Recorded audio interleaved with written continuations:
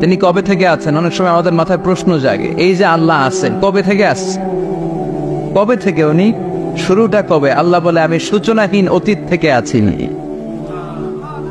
আমি এমন অতীত থেকে আছি যেই অতীতের কোনো সূচনা নাই। সুবহানাল্লাহ বলবেন না? আবার আমি সীমাহীন ভবিষ্যৎ পর্যন্ত থাকবো। সুবহানাল্লাহ পড়ে। এমন ভবিষ্যৎ যেটা সীমা নাই, এমন অতীত যেটা শুরু হয় নাই, তিনি হচ্ছেন আল্লাহ। চিল্লায় বলেন তিনি কে? এজন্য আমরা বলি রাদিতু বিল্লাহি রাব্বা, রব হিসেবে আল্লাহ তোমারে পেয়ে আমরা খুশি। এজন্য আমাদের ইবাদতের সব জায়গায় এই রবের নামের গুণগান আছে না নাই? আমরা যখন রুকুতে যাই আমরা পড়ি সুবহানা রাব্বিয়াল, আবার যখন আমরা সিজদায় যাই আমরা পড়ি সুবহানা রাব্বিয়াল আ'লা, রুকুতে গেলে সুবহানা রাব্বিয়াল আযীম, আবার যখন সিজদায় যাই তখন আমরা পড়ি সুবহানা রাব্বিয়াল আ'লা। আবার কবরের জীবন যখন আমরা শুরু করে দিব, কবরের প্রথম প্রশ্ন হবে তোমার রবের নাম কি? আমরা বলবো আল্লাহ আমারে রব, আল্লাহ আমারে রব, এই রবি আমার সব, দমে দমে তনু মনে তারি অনুভব। তোমার দুনিয়াতে আমি যেদিকে তাকাই নতই নেয়ামতে ডুবে আছি সবাই। পাক পাখালির গানে শুনি তসবিহ কলো রব, তসবিহ কলো রব, আল্লাহ আমারে রব, এই রবি আমার সব। সুবহানাল্লাহ, কি অসাধারণ কথামালা! আল্লাহ আমার রব, এই রবি আমার সব। আল্লাহ যদি আমার সাথে থাকে পৃথিবীর কোন শক্তি আমার থামাতে পারবে না। চিল্লায় বলেন ঠিক কিনা? আর এই রবকে যদি তুমি হারাও, রব যদি আমার বিপক্ষে চলে যায়, পৃথিবীর কোন শক্তি আমার কোন উপকার করতে পারবে? এজন্য বিশ্বনবী বলতেন ইযা সাআলতা ফাসআলিল্লাহ ওয়া ইযা ইসতাআনতা ফাসতাইন বিল্লাহ। যখন সাহায্য চাইতে মনে চাইবে, সাহায্য চাইবা কার কাছে? আমাদের কোনো গুরুত্বপূর্ণ ঘটনা ঘটলে, গুরুত্বপূর্ণ লাইফ ইভেন্ট ঘটলে, কিংবা আমরা কোনো বিপদে পড়লে সবার আগে আমরা ফেসবুকে শেয়ার দিই, ঠিক না? কথা কন। ফেসবুক অ্যাকাউন্ট নাই কার কার দেখি? ওই আল্লাহর ওলিদেরকে একটু দেখে রাখি। মাশাআল্লাহ, অনেকের নাই, অনেকের ফেসবুক অ্যাকাউন্ট নাই। তো এটাতে ভালো কাজে লাগানো উচিত। যেটাই আমরা করি এটা যেন ইসলামের পক্ষে যায়, ঠিক কিনা? মিন হুসনি ইসলামিল মারই তানকুহু মা লা ইয়ানিহি। ব্যক্তির ইসলামের সৌন্দর্য হচ্ছে যে অনর্থক কাজ ব্যক্তি করবেন না। যে কাজে সওয়াব আছে, যে কাজে কল্যাণ আছে, ব্যক্তি শুধু ওই কাজটা করবে। চিৎকার করে বলেন ঠিক কিনা?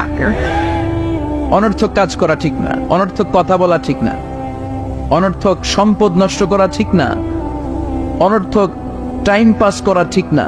কারণ মুমিন জানে মা ইয়ালফিযু মিন কাউলিন ইল্লা লাদাইহি রাকীবুন আতীদ। মুমিনের জিহ্বা দিয়ে যা বের হয় তার প্রতিটি শব্দ পাই পাই করে হিসাব নেবে কে? আমাদের জীবনে অনর্থক কথা আছে না নাই? চায়ের দোকানে বসলে নিমসারে আছে নাকি এগুলা? অপ্রয়োজনীয় আলাপ, নিজেরও কাজে লাগে না, ফ্যামিলিরও কাজে লাগে না, ইসলামেরও কাজে লাগে না, খালি খোসা খুঁজে ঠেলাঠেলি বাড়ায়। এরকম ডাকাত আছে না নাই? অপ্রয়োজনীয় কথা, অপ্রয়োজনীয় কাজও আছে না নাই এদেশে? দেদারসে মানুষ করে বেড়াচ্ছে অপ্রয়োজনীয় কাজ। হুজুরে পাইলে হাজার হাজার ছবি আছে না নাই? এটা অপ্রয়োজনীয় না? হজে গিয়েছিলাম এবার, কমসে কম 10,000 ছবি তুলছে আমার সাথে হাজিরা। অপ্রয়োজনীয়, প্রয়োজন নাই। এসেছে ইবাদত করতে, হুজুর একটা সেলফি। ইয়াং ছেলেপেলারা সেলফি তোলে বেশি। আর বুঝলাম না, আঙ্গুল দুটা এরকম করে রাখ। আমি বললাম এটা কি? হুজুর ইটস গ্যাংনাম স্টাইল। এটা কি? Gangnam style. এরকম বাঁকা করে থাকবে আর এরকম দুটা ছবি তো। এগুলো অনর্থক। মুমিন ওই কাজ করবে যে কাজটা constructive, fruitful for him, for his family and for the society. যেটা তার নিজের কাজে আসবে, যেটা তার ফ্যামিলির কাজে আসবে, যেটা সমাজের কাজে আসবে। এই কাজগুলো করার দরকার আছে না নাই? আমার দেশের যুবক ছেলেগুলো অপ্রয়োজনীয়, কোনো কারণ নাই এই সমস্ত কাজে ঝগড়া বিবাদে আলাপে লিপ্ত থাকার কারণে তাদের যে ইনোভেটিভ পাওয়ার আল্লাহ তাআলা দিয়েছেন, এটাকে তারা কাজে লাগাতে পারে না। আমাদের দেশের যুবকদের কিন্তু অনেক ম্যারিড, তারা যখন পৃথিবীর বিভিন্ন দেশের ইউনিভার্সিটিগুলোতে পড়ে তারা র্যাঙ্কিং 1 নম্বরে আসে একেবারে। আমি যে ইউনিভার্সিটিতে পড়ি, ইন্টারন্যাশনাল ইসলামিক ইউনিভার্সিটি মালয়েশিয়া, ওখানে বাংলাদেশিদের ফলাফল রেজাল্ট সবচেয়ে ভালো। হার্ভার্ডে যান, ক্যামব্রিজে যান, অক্সফোর্ডে যান, যেখানেই যাবেন বাংলাদেশিদের ফলাফল অনেক ভালো। তো তারা সেখানে অপ্রয়োজনীয় কাজে তাদের সময়কে নষ্ট করে না। এজন্য যুবক ভাইয়েরা, তোমাদের আছে প্রাণ ঢালা উচ্ছ্বাস, অনেক শক্তি তোমাদের গায়ে। এখন তোমাদের রক্ত গরম, তোমাদের এই গরম রক্ত ইসলামের কল্যাণে কাজে লাগাইতে হবে। শুধু সেলফি তুইলা সময় নষ্ট করা যাবে না, চিল্লায় বলো ঠিক কিনা। কিছুদিন আগে আমি দেখলাম মানবতার দেয়াল। কিসের দেয়াল? কিছু ছেলে পেলে নিউ আইডিয়া, নিউ আইডিয়া বের করেছে যে এটার নাম মানবতার দেয়াল। খুব সম্ভবত মসজিদের এক ওয়ালের মধ্যে তারা লিখেছে মানবতার দেয়াল, আর কিছু হ্যাঙ্গার টানিয়ে রেখেছে, আর বলেছে যেটা অপ্রয়োজনীয় রেখে যান, আর যেটা আপনার লাগবে নিয়ে যান। এই যে শীত, প্রচন্ড শীতে অনেকের জ্যাকেট নাই, আমাদের কয়েকটা করে জ্যাকেট, জাম্পার, সোয়েটার, চাদর, মাফলার, অনেকের একটাও নাই, আছে না নাই? তারা দেয়ালের নাম দিয়েছে মানবতার দেয়াল। এখানে আপনার অতিরিক্ত পুরান জ্যাকেট থাকলে রেখে যান। তো অনেকে পুরান জ্যাকেট, মাফলার, চাদর ওখানে ঝুলিয়ে রেখে গিয়েছে, আবার লিখে দিয়েছে যার লাগবে তিনি নিয়ে যান। যার মাফলার নাই, যার জ্যাকেট নাই, চাদর নাই, তারা এসে নিয়ে যাচ্ছে। এটা একটা সুন্দর আইডিয়া না? তো চায়ের দোকানে ছেলেপেলেগুলো যদি মারামারি করতো, অপরাজনীতি করতো, গুতাগুতি করতো, কিলাকিলি করতো, তাহলে মাথা থেকে এই আইডিয়াগুলো বেরোতো? কথা বলেন। Human capacity is amazing. কি পরিমাণে আল্লাহ তাআলা যে আমাদেরকে ক্যাপাসিটি দিয়েছে, আমাদেরকে যে কত প্রিভিলেজ আল্লাহ তাআলা আমাদেরকে দিয়েছে আমরা জানি না। আমরা আমাদের দেহে কত শক্তি, সম্ভাবনা নিয়ে যে ঘুরে বেড়াই আমরা অনুধাবন করি না। এজন্য সময়গুলোর কাজে লাগাও। কিন্তু আফসোসের সাথে লক্ষ্য করা যাচ্ছে যুবকদের চরিত্রকে ধ্বংস করে দেওয়ার জন্য যে কয়েকটা হাতিয়ার আছে সবগুলো বাংলাদেশে আছে না নাই? ইয়াবা আছে না নাই? ফেন্সিডিল আছে না নাই? হেরোইন আছে না নাই? মারিজুয়ানা আছে না নাই? এই ফেন্সিডিল, ইয়াবা আগে শুনতাম ইউনিভার্সিটির ছেলেরা খাইতো, এরপরে নাইমা আসলো কলেজে, এরপরে হাই স্কুলে, এখন প্রাইমারি ছেলেদের হাতে ওই ইয়াবা ঢুকছে। চিল্লা এখন ঠিক কিনা? দেশের যুব সমাজ আজকে কোথায়? পর্নোগ্রাফি, এক একটা মোবাইল, এক একটা হিন্দি সিনেমার কারখানা। ইন্ডিয়ান নায়িকাদের কোমর দোলানো ডান্স আছে না নাই? স্মার্টফোন নিয়ে ছেলে স্মার্ট হয়, কিন্তু ইমান, আখলাক, চরিত্র সব শেষ। অপরাজনীতি, রাজনীতির নামে মন্দ, খারাপ, প্রতিহিংসামূলক ছাত্র রাজনীতি। নেতারা এই যুবক ছেলেদেরকে ইউজ করে, ওর বিরুদ্ধে ও মার, তুই ওরে মার, ওনারা থাকে অন্য জায়গায়, আছে না নাই? এভাবে আমাদের দেশের ছেলেদের চরিত্র, তাদের সম্ভাবনাকে আমরা নষ্ট করে দিচ্ছি। যুবক ভাইয়েরা, in the day of judgement, কিয়ামতের কঠিন ময়দানে আল্লাহ তাআলা 7 শ্রেণীর ব্যক্তিকে তার আরশের নিচে ছায়া দিবেন। এর মধ্যে এক শ্রেণী হচ্ছে তোমরা যারা যুবক, শাবুন নাশাআ ফি ইবাদাতিল্লাহ। ওই যুবক যারা তাদের যৌবনে, তাদের সময়টা, তাদের দিন, তাদের রাত তারা আল্লাহর ইবাদতে কাটিয়েছে। সুবহানাল্লাহ পড়েন। 7 শ্রেণীর মধ্যে 2টা শ্রেণী হলো যুবক। একটা হলো যৌবন সময়ে যারা আল্লাহর ইবাদতে রাত কাটায়, সময় কাটায়। আর দ্বিতীয় ওই যুবক, যে যুবককে কোনো নারী অন্যায় কাজের, অন্যায় প্রেম করার পরকীয়ার অফার দেয়, ওই অফারকে ক্যান্সেল করে ওই যুবক বলে ইন্নী আখাফুল্লাহ, আমি এই পরকীয়ার দিকে যেতে পারি না, কারণ আমার অন্তরে ভয় আছে একজনের, তিনি কে? যাদের হৃদয়ে আছে আল্লাহর ভয়, তারা কবু পথ ভুলে যায় না। আল্লাহর প্রেম ছাড়া এই দুনিয়া কারো কাছে কোনো কিছু চায় না, ঠিক কিনা? রাতের আধারে যারা সেজদাতে রয়, দু চোখের স্রোতে নদী যেন বয়। আল্লাহু আকবার। তো তাহাজ্জুদ পড়বে কখন? ফজরে তো পড়তে পারেন, আছে না নাই? রাতের আধারে যারা সেজদাতে রয়, দু চোখের স্রোতে নদী যেন বয়। ছলনার হাতছানি যতই ডাকুক, পেছনে ফিরেও সে তাকায় না। যাদের হৃদয়ে আছে আল্লাহর ভয়, তারা কবু পথ ভুলে যায় না। আল্লাহর প্রেম ছাড়াই দুনিয়ায় কারো কাছে কোনো কিছু চায় না। চিল্লায় বলেন ঠিক কিনা? তার মানে প্রথম হচ্ছে এক যুবক, যেই যুবক তার যৌবন কালের সময়টা আল্লাহর ইবাদতে কাটায়। দ্বিতীয় হলো এমন যুবক পরকীয়ার অফার পেয়ে সে বলে আমি ভয়ে পাই একজনকে, তিনি কে? এজন্য যুবক, তোমার অন্তর আল্লাহর ভয় থাকতে হবে। তোমার সময়টা এমনি কাটানো যাবে না, ইবাদতে কাটাতে হবে, ঠিক কিনা? এজন্য আমরা নামাজের পরে বলি রাদিতু বিল্লাহি রাব্বা, আল্লাহকে রব হিসেবে পেয়ে আমরা খুশি। তারপরে বলি অবিল ইসলামি দীনা, ইসলামকেও দিন হিসেবে পেয়ে আমরা খুশি না বেজার? কথা কন, খুশি না? আপনি খুশি হইলে আপনার লাভ, খুশি না হইলে আপনার লস। ইসলামের বিজয়কে সমুন্নত করবে কে? ইসলামের পতাকা পত পত করে হোয়াইট হাউসের উপরও একদিন ঝুলবে। চিল্লায় বলেন ঠিক কিনা? আল্লাহ বলেন খবরদার, ফু দিয়ে ইসলামের বাতি তোরা নিভাতে পারবি না। ইউরিদুনা লিউতফিউ নূরাল্লাহি বিআফওয়াহিহিম ওয়াল্লাহু মুতিম্মু নূরিহি ওয়ালাউ কারিহাল কাফিরুন। ইসলাম বিরোধীরা চায় মুখের ফুৎকারে ইসলামের বাতিকে নিভিয়ে দিতে। আল্লাহ বলে খবরদার, ষড়যন্ত্র করে লাভ নাই, ইসলামের বিজয় আমি নিশ্চিত করে দেব। স্যামুয়েল হ্যান্টিংটন একটা বই লিখেছে, দ্য ক্লাশেস অফ সিভিলাইজেশন। এই বইতে তিনি বলেছেন এই যে সভ্যতার সংঘাত, এত সভ্যতা, চায়না সভ্যতা, আর্য সভ্যতা, বৈদিক সভ্যতা, সিন্ধু সভ্যতা, মহেঞ্জোদারো সভ্যতা, ইরাকীয় সভ্যতা, মিশরীয় সভ্যতা, একটার পর একটা সভ্যতা পৃথিবীতে এসেছে, একটার পর একটা সুপার পাওয়ার। এখন সুপার পাওয়ার হচ্ছে ইউনাইটেড স্টেটস অফ আমেরিকা, ধারণা করা হচ্ছে এরপরে চায়না হবে সুপার পাওয়ার, আবার অনেকে বলছে এরপরে ইন্ডিয়া হবে সুপার পাওয়ার। এভাবে একটার পর একটা সুপার পাওয়ার যাওয়ার পরে সর্বশেষ যে সুপার পাওয়ারটা পৃথিবীর বুকে মাথা উঁচু করে দাঁড়িয়ে থাকবে সেটার নাম হচ্ছে ইসলাম। সেটার নাম কি? তার নমুনা গোটা বিশ্বব্যাপী আছে না নাই?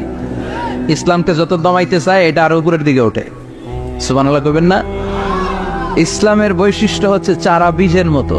চারা বীজ তো আপনারা চিনবেন, নিমসালের মানুষ। বীজ, ইসলাম হচ্ছে বীজের মতো। ইসলামের শত্রুরা ইসলামকে মাটিতে গেড়ে দিতে চায়, কিন্তু ইসলাম হচ্ছে বীজের মতো, চারা বীজ। চারা বীজ মাটিতে গেড়ে দিলে কি হয়? কথা কর, আরো গজিয়ে ওঠে, মাটি ফেড়ে উপরের দিকে উঠে চিৎকার করে বলে ঠিক কিনা? ইসলাম হচ্ছে টিউবের মতো। টিউব, পুকুরে যারা নতুন সাঁতার কাটতে যায় ডুবে যাতে মারা না যায়, টিউব নিয়ে সাগরের মধ্যে নামে। এই টিউবকে যত আপনি পানির নিচে ডুবাতে চাইবেন, টিউব আর উপরের দিকে ভেসে ভেসে উঠে। সুবহানাল্লাহ পড়ে। ইসলামরে তো ওরা চিনে নাই। ইসলাম হচ্ছে চারা বীজের মতো, ইসলাম হচ্ছে টায়ারের টিউবের মতো। এটার যতই নিচের দিকে নামাইতে যায়, এটার বৈশিষ্ট্য হচ্ছে এটার ধাক্কা মারলে এটার উপরের দিকে ওঠে। সুবহানাল্লাহ কইবেন না? গোটা বিশ্বব্যাপী আজকে ইসলামের গণজোয়ার, হাজার হাজার লোক কালিমা পড়ে মুসলমান হচ্ছে। গত কিছুদিন আগে আফ্রিকাতে এক লোক এক গ্রামের কয়েক হাজার মানুষকে এক ময়দানে দাঁড় করিয়ে একসাথে শাহাদাতের বাণী পাঠ করিয়ে মুসলমান বানায় ফেলছে। এই আফ্রিকার বুকে এতদিন আমেরিকার কাজ ছিল, এটারে বলে Tansir, Christian missionary. Lakh lakh dollar দিয়ে আফ্রিকার দেশগুলোর মধ্যে গরিব গরিব মুসলমানগুলোরে তারা নাসারা বানাতো। এই বিষয়টা যখন মুসলিম স্কলারদের নজরে এলো, এখন গোটা বিশ্বের সব মুসলিম স্কলাররা আফ্রিকায় যে ইসলামের দাওয়াতকে প্রচার করে দিচ্ছে। গ্রামকে গ্রাম খ্রিস্টান সম্প্রদায় লা ইলাহা ইল্লাল্লাহ মুহাম্মাদুর। ঝিনুকের ভেতর লুকিয়ে থাকে যেমন মতি, ঝিনুকের ভেতর লুকিয়ে থাকে যেমন মতি, কলমা শাহাদাতে আছে আল্লাহর জ্যোতি, কলমা শাহাদাতে আছে আল্লাহর জ্যোতি। পড়েন সবাই। ঝিনুকের ভেতর লুকিয়ে থাকে যেমন মতি, ঝিনুকের ভেতর লুকিয়ে থাকে যেমন মতি, কলমা শাহাদাতে আছে আল্লাহর জ্যোতি, কলমা শাহাদাতে আছে আল্লাহর জ্যোতি। ঠিক কিনা? এই জ্যোতি যদি একবার কারো হৃদয়ের মধ্যে স্থান করে নেয়, এই নুরানি আলোর ছোটা যদি কারো হৃদয়ের মধ্যে জায়গা দখল করে নেয়, পৃথিবীর কোন মতাদর্শ তার অন্তরের মধ্যে আর থাকতে পারে? গ্রামকে গ্রাম আফ্রিকাতে এখন কালিমা পড়ে পড়ে মানুষ মুসলমান হয়ে যাচ্ছে। সুবহানাল্লাহ পড়ে। একদিন আমেরিকার হোয়াইট হাউসের উপরেও কালিমার লা ইলাহা ইল্লাল্লাহর পতাকা পতপত করে উড়বে, চিল্লায় বলেন ঠিক কিনা? এজন্য আমরা বলি ওয়াবিল ইসলামি দীনা, ইসলামকে ধর্ম হিসেবে পেয়ে আমরা খুশি না বেজার? After the Twin Tower attack, the number of Muslims in America already have been doubled. Now it's tripled. Twin Tower attack এর আগে আমেরিকা যত মুসলমান ছিল, এটা গত কয়েক বছর ধরে ছিল ডবল, এখন এটা ট্রিপল হয়ে গেছে। মানে টুইন টাওয়ার অ্যাটাকের আগে আমেরিকায় মুসলমানের সংখ্যা যা ছিল, এখন এটা 3 গুণ বাড়ছে। ইউরোপ, আমেরিকাতে মসজিদের সংখ্যা বাড়ছে, দাওয়াতি কাজের সংখ্যা বাড়ছে, এমনকি হার্ভার্ড ইউনিভার্সিটিতে, অক্সফোর্ডে, ক্যামব্রিজের ভেতরে, MIT, Massachusetts institute of technology, সায়েন্সে যারা পড়ে এদের স্বপ্ন এমআইটির ভিতরে ইসলাম ঢুকে গেছে। এজন্য ইসলামের আলোকে কেউ নিভিয়ে দিতে পারবে? ইসলামের গতিকে কেউ থামিয়ে দিতে পারবে? এটা অসম্ভব। এজন্য ইসলামের বিজয় সুনিশ্চিত। আমরা যারা লেগে থাকতে পারবো, আমাদের কপালকে উজালা করে দিবে কে? আর বিরোধিতা যারা করবো তাদের সব শেষ, দুনিয়াও শেষ, আখিরাতও আমও শেষ, সালাও। এজন্য আমরা বলি রাদিতু বিল্লাহি রাব্বা, আল্লাহ তোমার রব হিসেবে পেয়ে আমরা বড্ড খুশি। ওয়াবিল ইসলামি দীনা, ইসলামকে ধর্ম হিসেবে পেয়ে আমরা খুশি। ওয়াবি মুহাম্মাদিন রাসূলা, বিশ্ব নবীকে রাসূল হিসেবে পেয়েও আমরা খুশি না বেজার? এমন রাসূল, গোটা বিশ্বের শ্রেষ্ঠতম রাসূল, শ্রেষ্ঠতম ব্যক্তিত্ব, যার কাছ থেকে পজিটিভ কোনো জিনিস ছাড়া নেগেটিভ কোনো জিনিস প্রকাশিত হয় নাই। সব ইতিবাচক, always come back positive, not go back negative. সব সময় পজিটিভ বলতেন, পজিটিভ ভাবতেন, পজিটিভ কাজ করতেন। কোন নেগেটিভ, নেতিবাচক কোনো কিছু বিশ্বনবীর জীবনে খুঁজে পাওয়া যায় না? চিল্লায় বলেন খুঁজে পাওয়া যায়? As a father, as a husband, as a commander, as a lawyer, as a reformer of the society, Muhammad is the superman of the world. গোটা বিশ্ব এখন তাকে সুপারম্যান ভাবতেছে, বস অফ দ্য অল বসেস। পৃথিবীতে যত বস এসেছে, সব বসের সবচেয়ে বড় বস হচ্ছে বিশ্বনবী মুহাম্মদ সাল্লাল্লাহু। এজন্য আমরা বলি নবী মুহাম্মাদিন রাসূলা। আল্লাহকে রব হিসেবে পেয়ে আমরা যেমন খুশি, ইসলামকে ধর্ম হিসেবে পেয়ে তেমন খুশি, বিশ্বনবীকেও রাসূল হিসেবে পেয়ে খুশি না বেজার? কথা কন। এই বিশ্বনবীর ভালোবাসা যদি অন্তরে না থাকে, জান্নাতে ঢোকা যাবে নাকি? আল্লাহর ভালোবাসা, বিশ্বনবীর ভালোবাসা অন্তরে থাকার দরকার আছে না নাই? আল্লাহকে যে পাইতে চায়, হযরতকে ভালোবেসে, আরশ কুরসি লৌহ কালাম না চাইতে পেয়েছে সে। হযরতকে ভালোবেসে, আরশ কুরসি লৌহ কালাম না চাইতে পেয়েছে সে। চিল্লায় বলেন ঠিক কি না? নবীর ভালোবাসা অন্তরে থাকতে হবে। তাহলে 3টা জিনিসের ঘোষণা আমরা দেই নামাজের পর। আল্লাহকে রব হিসেবে পেয়ে আমরা খুশি, ইসলামকে ধর্ম হিসেবে পেয়ে খুশি, বিশ্বনবীকে রাসূল হিসেবে পেয়ে খুশি, আবার এই কিতাবটারে সংবিধান হিসেবে পেয়ে আমরা খুশি না বেজার?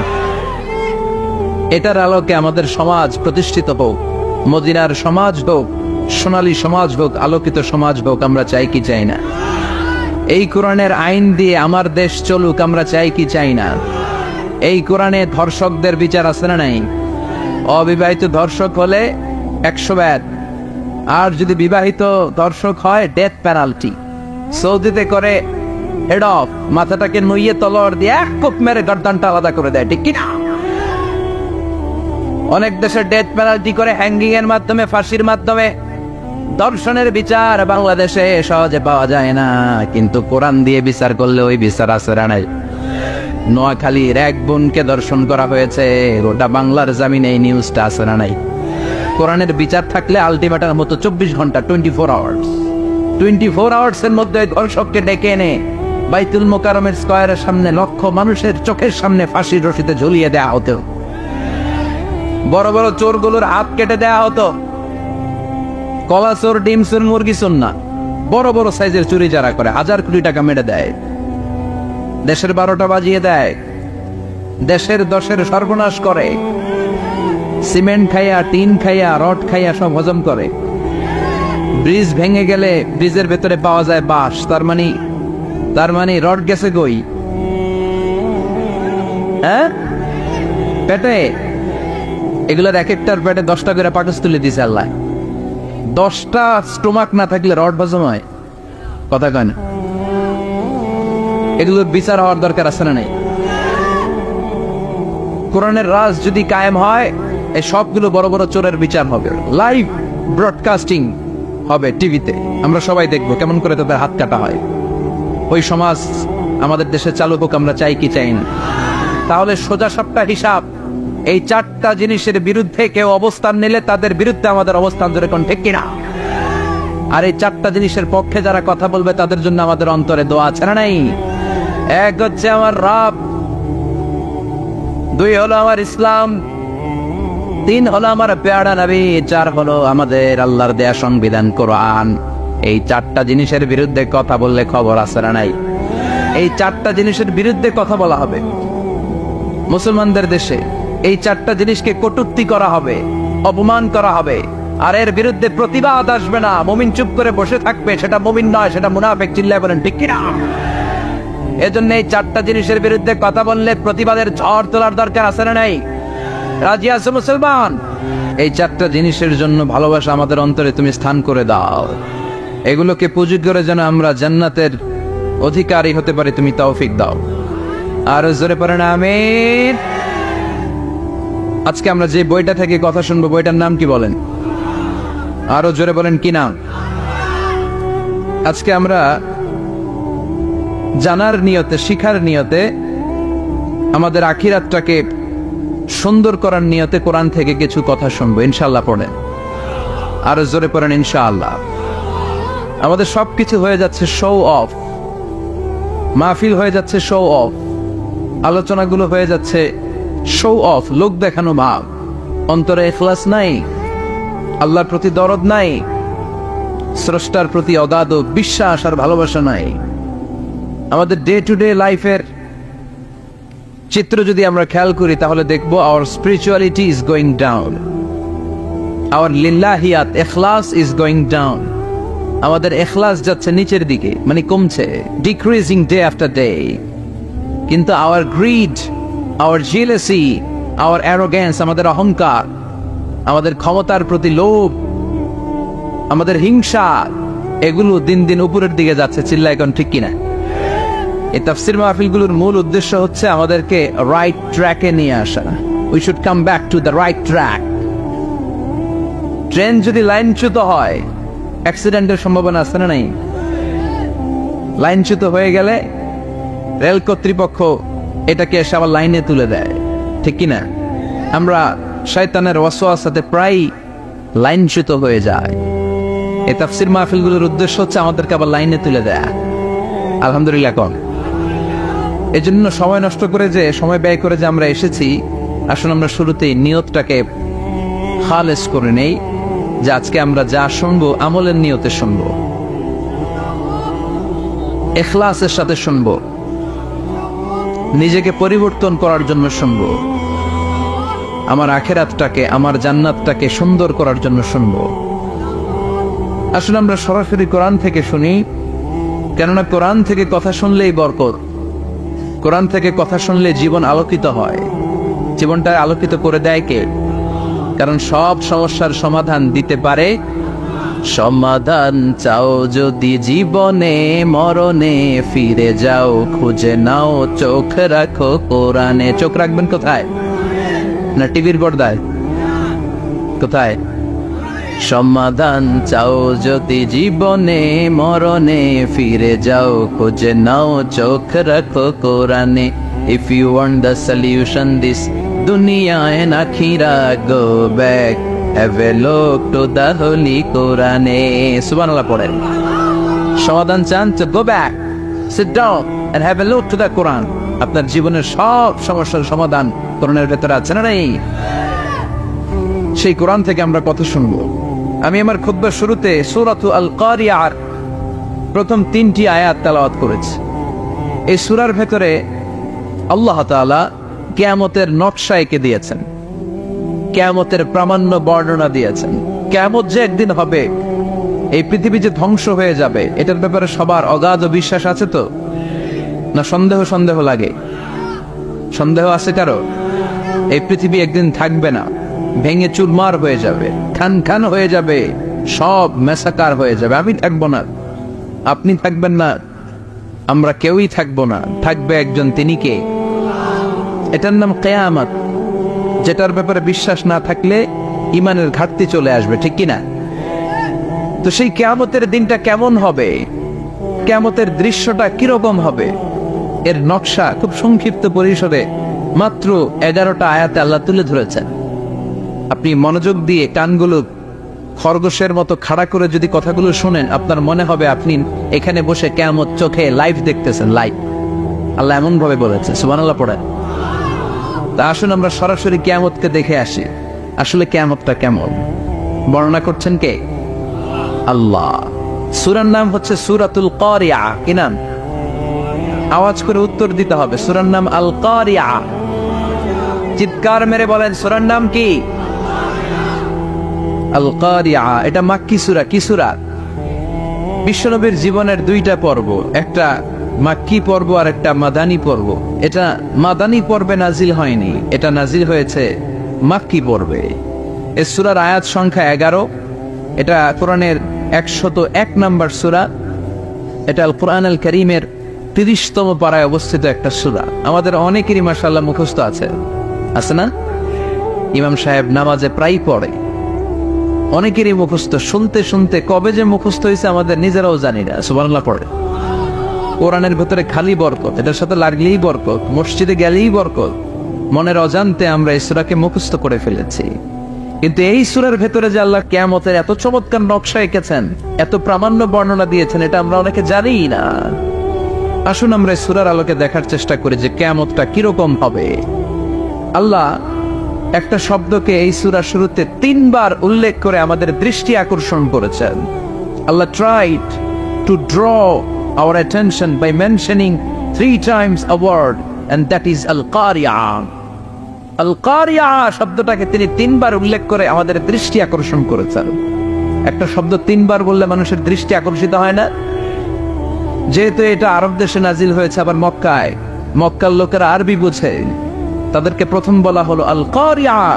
তারা ফিরে তাকালো, কি আল কারিয়া? আবার বলা হলো মাল কারিয়া। কি মাল কারিয়া? আবার বলা হলো ওমা আদরাকা মাল কারিয়া। আবার তারা ফিরে তাকালো। দৃষ্টি আকর্ষণের জন্য আল্লাহ তাআলা 3 বার এই শব্দটা বলেছেন। এজন্য এই শব্দের একটা সিগনিফিকেন্স, একটা গুরুত্ব, অর্থবহ একটা মানদণ্ড আছে না নাই?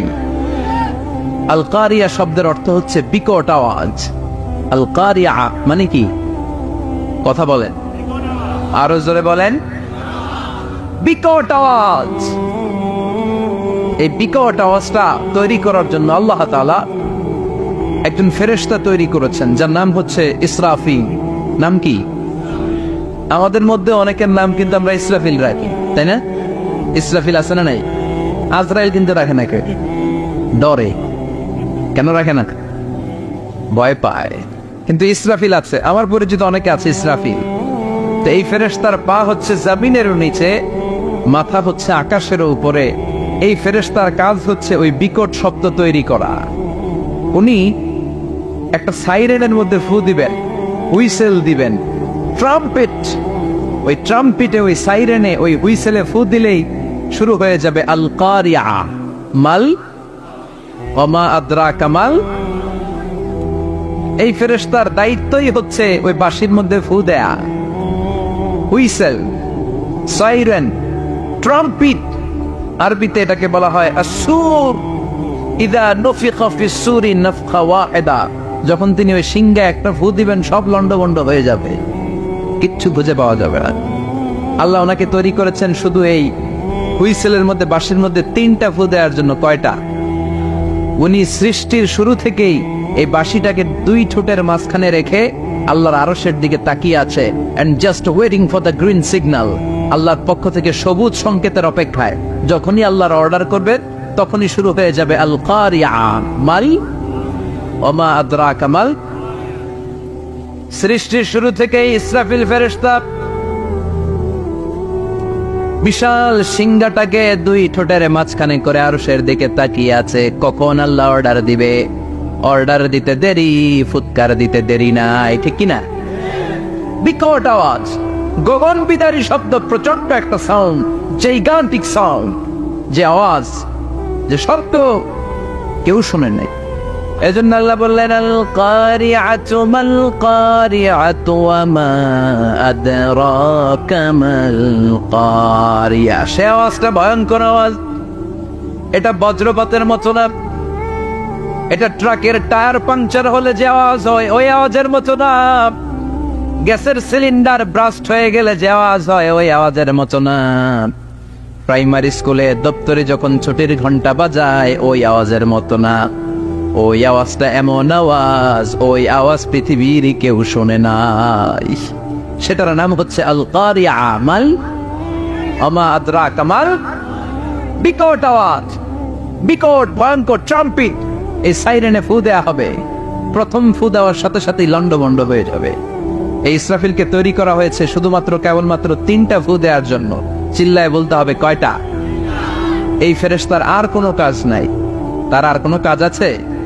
ঠিক যে মুহূর্তে, এখন আমার ঘড়িতে বাজে 9:50, রাত 9:50, ঠিক এই মুহূর্তে যখন আমরা তাফসীর শুনছি, ঠিক এই মুহূর্তেও ইসরাফিল ফেরেশতা সিংহাটাকে 2 ঠোঁটের মধ্যে লাগিয়ে আল্লাহর আরশের দিকে তাকিয়ে আছে। ওই যে সৃষ্টি শুরু থেকে তাকিয়ে আছে, আজও বুঝি তাকিয়ে আছে। যখনই গ্রিন সিগন্যাল আসবে মুহূর্তেই শুরু হয়ে যাবে আল কারিআ মাল ওয়া মা আদরাকা মাল। আল্লাহ বললেন সে আওয়াজটা হবে বড্ড ভয়ঙ্কর। প্রথম ফুৎকার যখন দেয়া হবে, এটার বলে নাফখাতুল ফাজা। দুনিয়ার সব মানুষগুলো অবাক হয়ে যাবে, পুরো পৃথিবীটা কেঁপে উঠবে, পৃথিবীর বিল্ডিং গুলো দুমড়ে মুচড়ে পড়বে, পৃথিবীর বড় বড় যত পাহাড়গুলো আছে তুলার মতো বাতাসে পাহাড়গুলো তুলিত হতে থাকবে। আল্লাহু আকবার। আল্লাহ বললেন ইয়াউমা ইয়াকুনুন নাসু কাল ফারাশিল মাবথুস ওয়া তাকুনুল জিবালু কাল আইনিল মানফুশ। সেদিন মানুষগুলো বিক্ষিপ্ত পতঙ্গের মতো নিক্ষিপ্ত হবে যখন আল কারিআ, এই বিকট আওয়াজটা হবে। শুনতেছেন? মনোযোগ আছে? কথা বুঝতে সমস্যা হচ্ছে না তো? 3টা ফুৎকার। কয়টা? প্রথম ফুৎকার দেওয়ার সাথে সাথে মানুষগুলো বিক্ষিপ্ত পতঙ্গের মতো নিক্ষিপ্ত হবে। এই যে আরামসে বসে আছি, তখন আর বসে থাকা যাবে না। কে ধাক্কা খেয়ে কই চলে যাব টেরই পাওয়া যাবে না। আমরা যে বসে আছি এর কারণ হচ্ছে গ্র্যাভিটেশনাল একটা ল আছে, পাওয়ার। এটারে বাংলায় বলে মাধ্যাকর্ষণ শক্তি। কি শক্তি? কথা বলেন। কে আবিষ্কার করছে এটা? হ্যাঁ, কে? বিজ্ঞানী নিউটন, আইজাক নিউটন আবিষ্কার করেছে। আপেলকে সে নিচে পড়তে দেখে গবেষণা করে পেয়েছে গ্র্যাভিটেশনাল পাওয়ার। ওইটা থাকার কারণে পৃথিবীর সেন্টার সবকিছুকে নিচের দিকে টানে, নিজের দিকে টানে, ফলে আমরা বসে আছি। কিন্তু এই মাধ্যাকর্ষণ শক্তির বাইরে যদি আমরা আকাশে উঠে যাই, আর কিন্তু কোনো টানাটানি নাই, আপনি শূন্যে ভেসে থাকবেন। নভোচারীরা মহাশূন্যে যে ভেসে থাকে, কিয়ামতের এই ধাক্কার ভাইব্রেশন যখন শুরু হয়ে যাবে, পুরো পৃথিবীটা মুহূর্তের মধ্যে কেঁপে উঠবে। এমন কম্পন, এমন আওয়াজ পৃথিবীবাসী এর আগে আর শোনে নাই। একটা ধাক্কার চোটে মানুষগুলো ছিটকে কে যেন কই পড়ে যাবে, কেউ টের পাবে না। কে কই চলে গেছে হিসাব নাই। সব থাকবে ওইটাই, সব থাকবে না। কেউ থাকবে টয়লেটে, কেউ থাকবে ঘুমে, কেউ থাকবে বাজারে। আপনাদের নিমসার বাজার তো থাকবে তখন, না থাকবে? ওই যে লন্ডভন্ড হয়ে যাবে, হিসাব নাই। কে যে কোথায় ছিটকে পড়বো আমরা জানি না। বিক্ষিপ্ত পতঙ্গের মতো আমরা নিক্ষিপ্ত হব। শীতকালে আমার দেশের ছেলেরা রাত্রেবেলা ব্যাডমিন্টন খেলে, র্যাকেট খেলে না? নিমসারে বোধহয় খেলে টেলে না, খেলে তো। ওরা বাঁশ গেড়ে দেয়, ক্ষেতের মাঝখানে কি গাড়ে, এরপরে বাঁশের মধ্যে লাগায় কি লাইট। লাইট গুলো লাগালে দেখবেন ক্ষেতের গ্রামের পোকাগুলো এসে লাইটের মধ্যে ছিটকে ছিটকে পড়ে। আমাদের অবস্থায় পোকার মতো হবে তখন। আল্লাহ সেটাই বললেন, ইয়াউমা ইয়াকুনুন নাসু কাল ফারাশিল মাবথুস। বিক্ষিপ্ত পতঙ্গের মতো মানুষগুলো নিক্ষিপ্ত হবে। ওয়া তাকুনুল জিবালু কাল আইনিল মানফুশ। তুলাকে যখন পিটানো হয়, ধ্বনিত করা হয়, দেখবেন তুলার ছোট ছোট কণা বাতাসের মধ্যে ভাসতে থাকে। ফু মারলে আরো দূরে যায়। আরো বাতাস আসলে উড়ে উড়ে যে কোথায় চলে যায় টের পাওয়া যায় না। সুবহানাল্লাহ। বিশাল বিশাল পাহাড়গুলো এরকম ধ্বনিত তুলার মতো সামনে উঠতে থাকবে, একটা পাহাড়ও টিকবে না। বাংলাদেশের সবচেয়ে বড় পাহাড়ের নাম কি জানেন? তাজিংডং পর্বত। কিন্তু সবচেয়ে বড় পাহাড় হচ্ছে গারো পাহাড়, ময়মনসিংহের। ওটা থাকবে কিয়ামতের দিন? আল কারিয়া, আল কারিয়ার সময় টিকবে ওইটা? তাজিংডং বিজয় সবচেয়ে বড় পর্বত শৃঙ্গ, কোথায় এটা? বান্দরবান। এটা টিকবে? কেউকারাডাং একটা আছে না, চিম্বুক আছে না, টিকবে? টিকবে না। পৃথিবীর সবচেয়ে বড় পাহাড় মাউন্ট এভারেস্ট নেপালে 29,035 ফিট উঁচু, টিকবে? ইউরোপের সবচেয়ে বড় পাহাড় আল্পস পর্বতমালা, টিকবে না। আমেরিকার সবচেয়ে বড় পাহাড় আলাস্কা পর্বতমালা, টিকবে না। আরব বিশ্বে বিশাল একটা মাউন্টেন রেঞ্জ আছে, ওইটার নাম তুর পাহাড়, ওইটাও টিকবে না। একটা পাহাড়ও থাকবে না। পাহাড়গুলো ভেঙে দুবড়ে মুচড়ে তুলার মতো ধ্বনিত হতে থাকবে। চিৎকার করে পড়েন আল্লাহ আকবার। এই যে 5 তলা 7 তলা 10 তলা দেদারসে টাওয়ার উঠতে শুরু করেছে, বিল্ডিং বাড়তে শুরু করেছে। কিয়ামত যখন শুরু হবে, আল কারিয়া যখন শুরু হয়ে যাবে, রব্বুল আলামিন পুরো পৃথিবীটারে ধরে একটা ঝাঁকুনি মারবে। ওই ঝাঁকুনির চুটে 8 তলা 10 তলা বিল্ডিং গুলো টিকবে নাকি? 30 তলা 50 তলা হলে তো আর ভাঙবে না। বুর্জ আল খলিফা ভাঙবে না। দুবাইয়ের বুর্জ আল খলিফা সবচেয়ে উঁচু টাওয়ার এটা। কিংডম টাওয়ার, এটা নাকি আরো উঁচু হবে, 1000 মিটার উঁচু হবে। তাইপেডান 101, মালয়েশিয়ার Petronas twin tower, Shanghai tower, Kaaba ঘরের পাশে বুর্জ আল খলিফা, যেটাতে সবাই বলে জমজম টাওয়ার, টিকবে? কথা বলেন, টিকবে?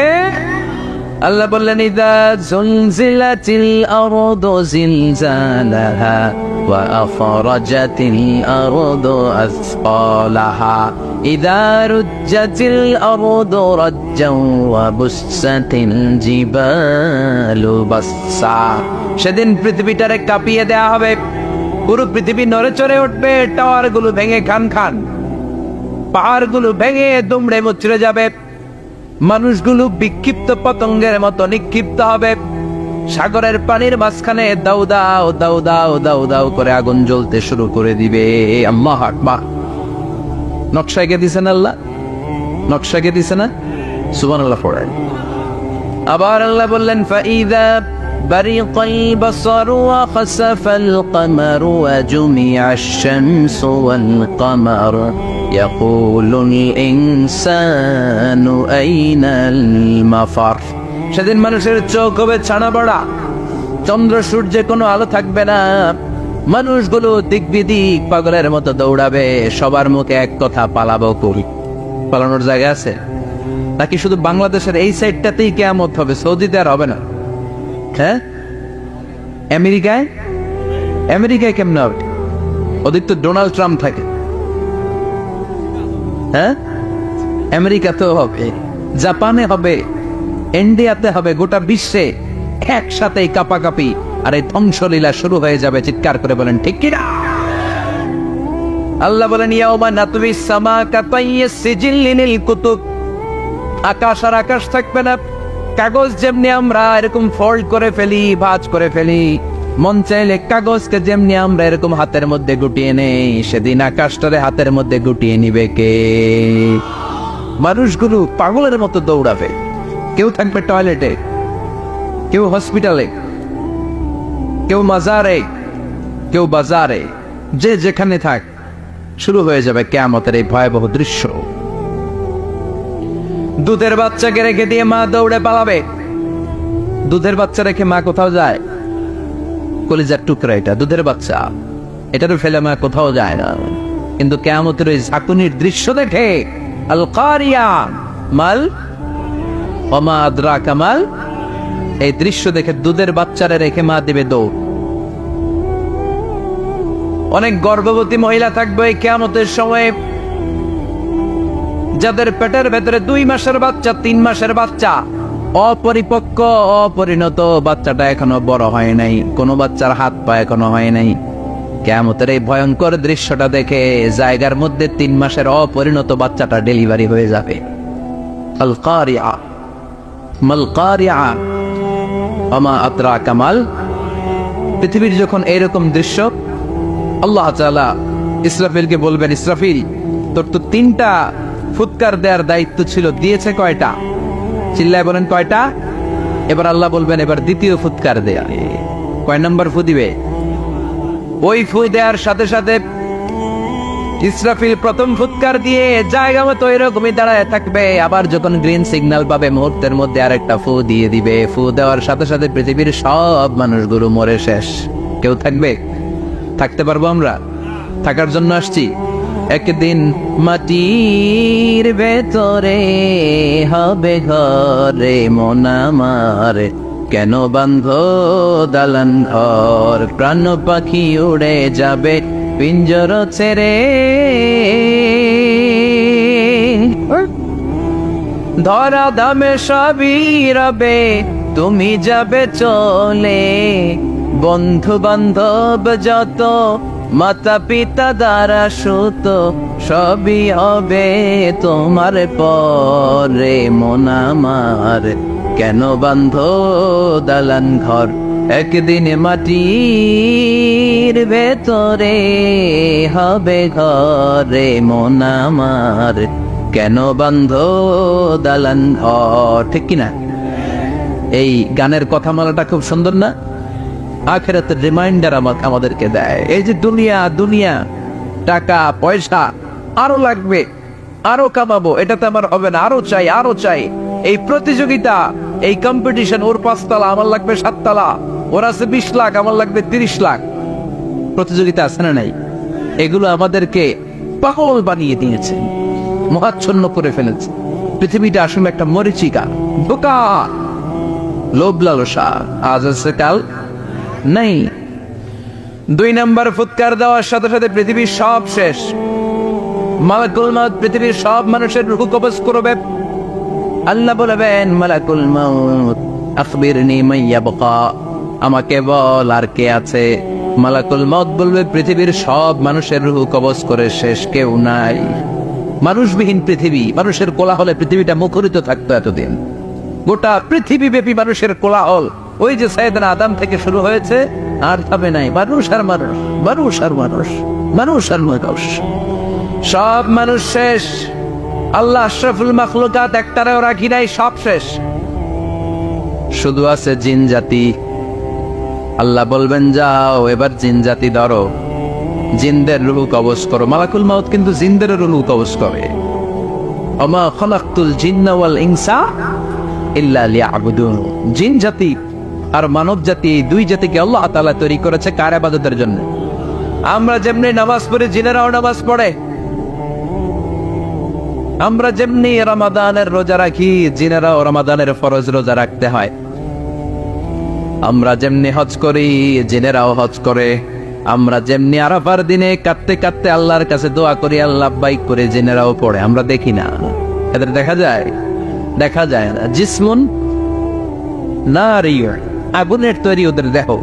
ইয়াতাশাক্কালু বিআশকালিন মুখতালিফা, বিভিন্ন কালার ধারণ করতে পারে, বিভিন্ন রং ধারণ করতে পারে। জিনের সংজ্ঞা হচ্ছে জিসমুন নারিয়্যুন ইয়াতাশাক্কালু বিআশকালিন মুখতালিফা, আগুনের তৈরি এক সৃষ্টি। বিভিন্ন সূরত তারা নিতে পারে, মানুষের সূরত নিতে পারে, প্রাণীর সূরত নিতে পারে। ঠিক কি না? মালাকুল মাউত জিন জাতি হত্যা করতে শুরু করবেন, রূহ কবজ করবেন। করতে করতে সব শেষ। খারাপ জিনদের সর্দার হলো ইবলিস। সব জিনদেরকে মারতে যত কষ্ট দেয়া হয়েছে, সবচেয়ে বেশি কষ্ট দিয়ে ইবলিসের রূহ কবজ করে ফেলা হবে। ইবলিস আর নাই, মানুষও নাই, জিনও নাই, পশু পাখি কিচ্ছু নাই। আল্লাহ বলবেন, ইয়া মালাকুল মাউত আখবিরনি মাইয়াবকা, অনেক দায়িত্ব পালন করেছিস তুই। মানুষ মারলি, জিন মারলি, মৎস্যকুল মারলি, পাখি মারলি, সব মারলি, এবার আর কে বেঁচে আছে বল। মালাকুল মউত বলবে, আল্লাহ আর কেউ নাই, খালি ফেরেশতারা আছে। কারা আছে? মালাইকা। আল্লাহ বলবে, যা এবার ফেরেশতাদের গোষ্ঠী শেষ কর। মালাকুল মউত একটার পর একটা ফেরেশতার রূহ কবজ করবে, একটার পর একটা, একটার পর একটা, করতে করতে সব ফেরেশতা। ফেরেশতাদের সংজ্ঞা হচ্ছে জিসমুন নূরিয়ুন ইয়াতাশাক্কালু বিআশকালিন মুখতালিফা, আলোর তৈরি, নূরের তৈরি একটা দেহ, চাইলে বিভিন্ন সূরত ধারণ করতে পারে। জিন আর ফেরেশতার পার্থক্য বুঝেছে? জিন কিসের তৈরি? আগুন, জিসমুন নারিয়ন, আর ফেরেশতা হচ্ছে জিসমুন নূরিয়ন, নূর দিয়ে তৈরি। একের পর এক ফেরেশতা সবার করা হবে। এবার আল্লাহ বলবেন, ইয়া মালাকাল মাউত আখবিরনি মাইয়াবকা, আর কে কে বেঁচে আছে বল। মালাকুল মউত বলবে, মাবুদ কেউ নাই, মানুষ নাই, জিন নাই, ফেরেশতাও নাই, শুধু আমার 3 জন কলিগ বাকি। কয়জন? জোরে বলেন কয়জন? জিব্রাইল বাকি, ইসরাফিল বাকি, মিকাইল। আর আমি, আল্লাহ বলবে মিকাইলের রূহ কবজ করে নিয়ে আয়। যে মিকাইল আমার আদেশে পৃথিবীতে বৃষ্টি ঝরাতো, আমার আদেশে ক্ষেত খামারে ফসলের ব্যবস্থা করে দিত, আমার আদেশে মানুষের রিজিকের হিসাব রাখতো। এই মিকাইলের রূহ কবজ করে নিয়ে আয়। 1 নম্বর কলিগ শেষ। কলিগ বুঝেন তো? সহকর্মী। কলিগ মানে কি? সহকর্মী। 1 নম্বর কলিগ নাই। আল্লাহ বলবে, যা এবার ইসরাফিলের রূহ কবজ কর। ইসরাফিল ফেরেশতা তখনও আল্লাহর আরশের দিকে ঠোঁটের মাঝখানে বিশাল সিংহাটা নিয়ে তাকিয়ে আছে। ওই মুহূর্তে মালাকুল মাউত যে সালাম দিয়ে রূহটা কবজ করে ফেলবে। ইসরাফিলও নাই, ইসরাফিলও নাই। আল্লাহ বলবে, যা দুনিয়ার সব নবীদের কাছে ওহী দিয়ে, কোরআন দিয়ে, ইনজিল দিয়ে, তাওরাত দিয়ে, জাবুর দিয়ে আমি যেই ফেরেশতাটারে পাঠাতাম, ওই রূহুল আমিন জিব্রাইলের রূহটাও কবজ করে নিয়ে আয়। জিব্রাইলের রূহ কবজ হয়ে যাবে। এবার 3 জন কলিগই শেষ। আছে কেউ? আছে? এবার আল্লাহ বলবে, ইয়া মালাকাল মাউত, হে মৃত্যুর ফেরেশতা, আখবিরনি মাইয়াবকা, মহাবিশ্বে আর কে কে আছে বল।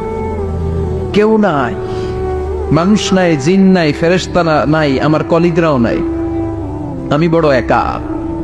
এখন আমি একা হয়ে গেছি।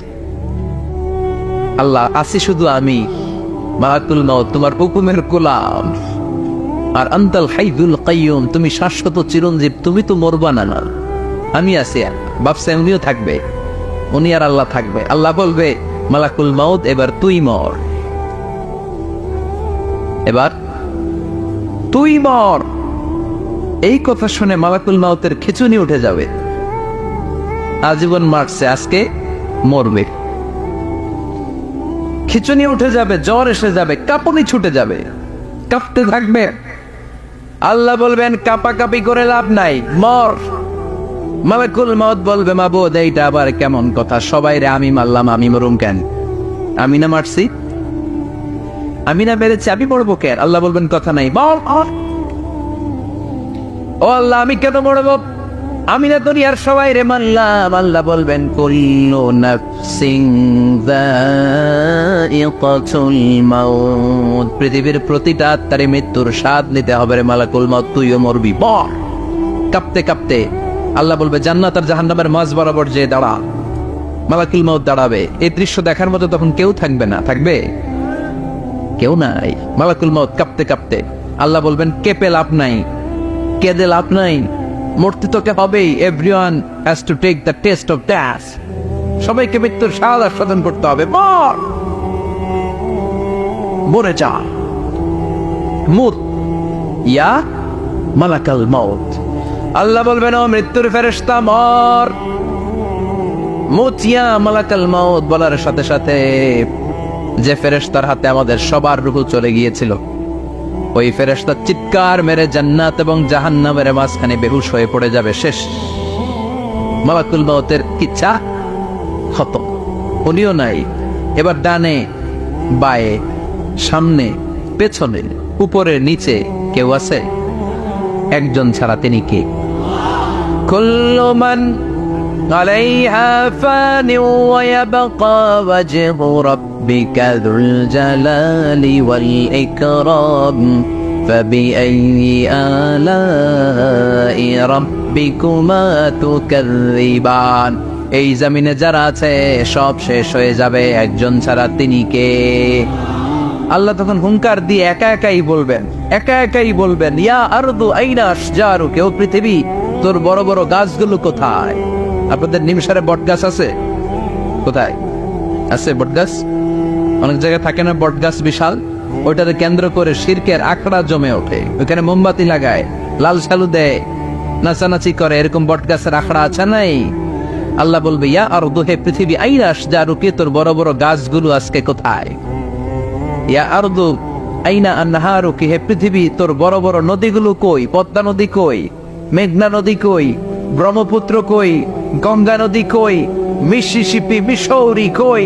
নীল নদ কোথায়? আমাজন কোথায়? 6,695 কিলোমিটার লম্বা।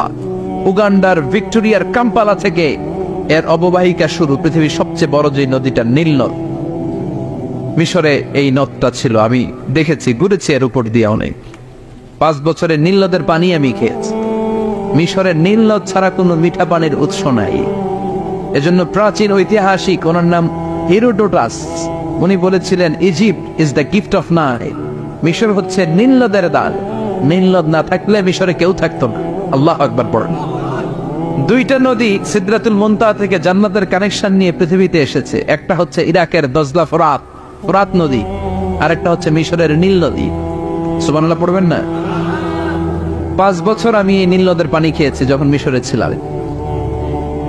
সরাসরি না, মিশরীয় সরকার পাইপলাইন দিয়ে এই পানিকে রিফাইনিং করে জনগণের জন্য পৌঁছে দেয়। এই নীল নদের নিচ দিয়ে মিশরের মেট্রো লাইন আছে, মানে ট্রেন। এটাকে বলে পাতাল ট্রেন। কি বলে? পাতাল ট্রেন। আপনাদের প্রধানমন্ত্রীও নাকি একটা করবে, শুনল, উনি ঘোষণা দিয়েছে। তো এটার নিচ দিয়ে, নীল নদের নিচ দিয়ে আমরা ট্রেন দিয়ে এই মাথা থেকে ওই মাথায় যেতাম, আবার ব্রিজ দিয়ে এপাশ থেকে ওপাশে যেতাম। 10টা দেশ ঘুরে এই নীল নদ, একটা সাগর আছে মেডিটেরেনিয়ান সি, মানে ভূমধ্য সাগর, ওইটার সাথে মিলিত হয়েছে। আল্লাহ সেদিন বলবেন আইনা নাইল, নীল নদ আজকে কোথায়? আইনাল আনহার, নদীগুলো কোথায়? আইনাল কুসুর, প্রাসাদগুলো কই? রাজপ্রাসাদ, টাওয়ার কোথায়? আইনাল জাবাবেরা, অত্যাচারী শাসকগুলো আজকে কোথায়? যারা ক্ষমতার চেয়ার পেলে আর নামতে চায় না, এই ডাকাতগুলো আজকে কোথায়? আল্লাহ বলবে আইনাল জাবাবেরা, ফেরাউন কোথায়? নমরুদ কোথায়? আবু জাহেলের গোষ্ঠী কোথায়? ফেরাউনের চাচাতো ভাইরা কোথায়? নমরুদের চাচাতো ভাইরা কোথায়? কোথায়? যারা ক্ষমতার দাপট দেখিয়েছে, কোনো আওয়াজ আছে? কথা বলেন। আল্লাহ বলবেন লিমানিল মুলকুল ইয়াউমা লিল্লাহিল ওয়াহিদিল কাহ্হার। লিমানিল মুলকুল ইয়াউম, আজকে ক্ষমতা কার? একটা চিৎকার দিয়ে উত্তর দেন, সেদিন ক্ষমতা কার? Who belongs the kingdom today? আল্লাহ বলবেন আজকে ক্ষমতা কার? ক্ষমতা শুধু একজনের। চিল্লায় বলেন, তিনি কে? আল কারিআ মাল ওয়া মা আদরাকা মাল। ইসরাফিলের সিংহায় ফু দেওয়ার ডিউটি হচ্ছে 3 বার দিতে হবে। কয়বার দিছে? কয়বার মনে আছে? খেয়ে ফেলাইছেন মনে হয়। দিতে হবে মোট কয়টা? দিয়েছে কয়টা? বাকি আছে? ওটা দেয়া লাগবে না? আল্লাহ ইসরাফিলকে রুহু দিয়ে আবার দাঁড় করায় দিবেন। সুবহানাল্লাহ পড়েন। সবার আগে ইসরাফিলকে রুহু দিয়ে দাঁড় করিয়ে দিলে উনি ওনার ডিউটি পালনের জন্য আবার সিংহার মাঝখানে ঠোঁট লাগিয়ে তাকিয়ে থাকবে আরশের দিকে। আল্লাহ বলবে ইসরাফিল এবার 3 নাম্বার ফু দিয়া ডিউটি শেষ কর। সুবহানাল্লাহ। বাড়িতে গিয়া আল্লাহ বলবেন 3 নাম্বার ফুৎকার দে। বলার সাথে সাথে ইসরাফিল সিংহাটা 2 ঠোঁটের মাঝখানে দিয়ে বিশাল আর একটা ফুৎকার দিবে। ওই ফুৎকার দেওয়ার সাথে সাথে মিনহা খালাকনাকুম ওয়া ফিহা নুঈদুকুম ওয়া মিনহা নুখরিজুকুম তারাতান উখরা। ওই ফু দেওয়ার সাথে সাথে পৃথিবীর যেখানে যত মানুষ ছিল সব উঠবে। যাদেরকে স্বাভাবিকভাবে কবর দিয়ে কবরস্থানে রাখা হয়েছিল কবর থেকে উঠবে। যারা বিমান দুর্ঘটনায় মারা গিয়েছে ওই ছাইগুলো থেকে উঠবে। যারা সাগরের মধ্যে মারা গিয়েছে সেখান থেকে উঠবে। যাদেরকে তিমি মাছ খেয়ে ফেলেছিল ওখান থেকে উঠবে। যে যেখানে ছিল ওইখান থেকে উঠবে। সুবহানাল্লাহ। লক্ষ লক্ষ মানুষ উঠে বলবে আমাদের ঘুম ভাঙাইলো কে? কি বলবে? ঘুম ভাঙাইয়া গেল রে। ওরা বলবে আমাদের ঘুম ভাঙালো কে? قالوا من بعثنا من مرقدنا هذا ما وعد الرحمن وصدق المرسلون। সব দাঁড়াবে, দাঁড়িয়ে বলবে ঘুম ভাঙালো কে? সবচেয়ে লম্বা ঘুম দিয়েছিল সাইয়েদনা আদম আলাইহিস সালামের ছেলে হাবিল, যাকে হত্যা করেছে। জানেন না আপনারা? হাবিল হচ্ছে পৃথিবীর প্রথম নিহত মানব। প্রথম নিহত মানব, তার কবরের জিন্দেগিটা অনেক লম্বা। ওই কত হাজার শত হাজার লক্ষ বছর আগে যে উনি কবরে শুয়ে আছেন, আজও শুয়েই আছেন। কিয়ামতের ওই 3 নাম্বার ফুৎকার দেওয়ার সাথে সাথে উনি উঠবে, উঠে বলবে মান বা'দানা মিন মারকাদিনা হাদা, কে ভাঙালো আমার ঘুম? কে ভাঙাইছে? মরার কুকিলে কে ভাঙাইছে? আল্লাহ ঘুম ভাঙিয়েছে। ফেরেশতারা বলবে হাদা মা ওয়াদার রহমান, আজকে হলো ওই দিন যে দিনের প্রতিশ্রুতি রহমান দিয়েছিল, আল্লাহ দিয়েছিল এই দিনের প্রতিশ্রুতি, আর নবীরা এই দিনের কথা বর্ণনা করেছে। আজকে হবে আসল দিন, ফাইনাল খেলার দিন। কোন